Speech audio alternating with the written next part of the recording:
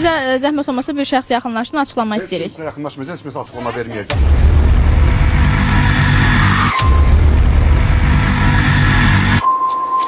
Bu məhsulları necə sata bilərsiniz bəy?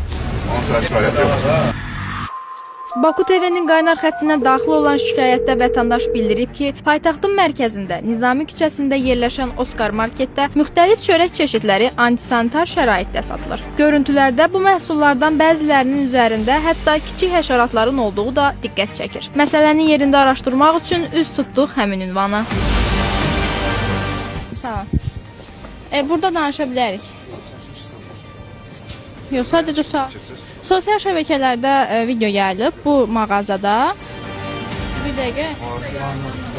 Siz zəhmət olmasa Çəkilişi saxlayın. bu sizin piştaxtadır, çörəklər açıqdır və üzərində həşəratların gəzinə dair şəkil. Baxın. O çörək koyulan çörək deyil. Yox, baxın. Küncük deyil bəy. Açıq şəkildə göstərir ki, həşəratlardır. Maraqlıdır. Belə məhsullar nəyə görə vətəndaş üçün satışa çıxarılır? Sonuncu dəfə yoxlama nə zaman keçir? Mənim hüquqlarımı pozursan mənim.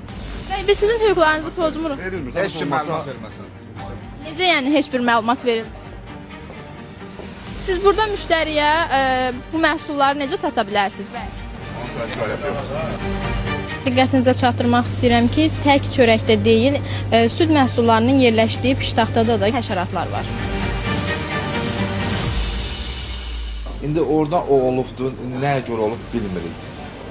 Yəqin ki, indi əslində işçi onu salafanlama. Əslində qalsa firma özü salafan. Paketdə olur amma. Paket- Yarısı deyil, paketdədir, yarısı paketsizdir. Təbii ki, mövcud qaydalara müvafiq olaraq çörək və çörək bulka məmulatlarının satışı kağız torbalara qablaşdırılmış şəkildə həyata keçirilir. Əgər hər hansı bir ticarət şəbəkəsi, ticarət mərkəzi ya mağaza qablaşdırılmış halda yox, açıq şəkildə çörək bulka məmulatlarının satışını həyata keçirdisə, deməli bu onların qaydaları pozduğuna dəlalət edir.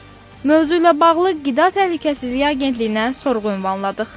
Məsələ Azərbaycan Qida Təhlükəsizliyi Agentliyinin Bakı regional bölməsi tərəfindən nəzarətə götürülüb. Araşdırmalar aparılacaq və məlumat təqdim olunacaq. Qurumdan o da bildirildi ki, vətəndaşların satış müəssisələrində çörək bulka, unlu qənnadı məmulatlarının qaydalara uyğun satılmaması ilə bağlı şikayətləri olarsa, bu barədə agentliyin Minüt çağrı mərkəzinə zəng edib məlumat vermələri xahiş olunur.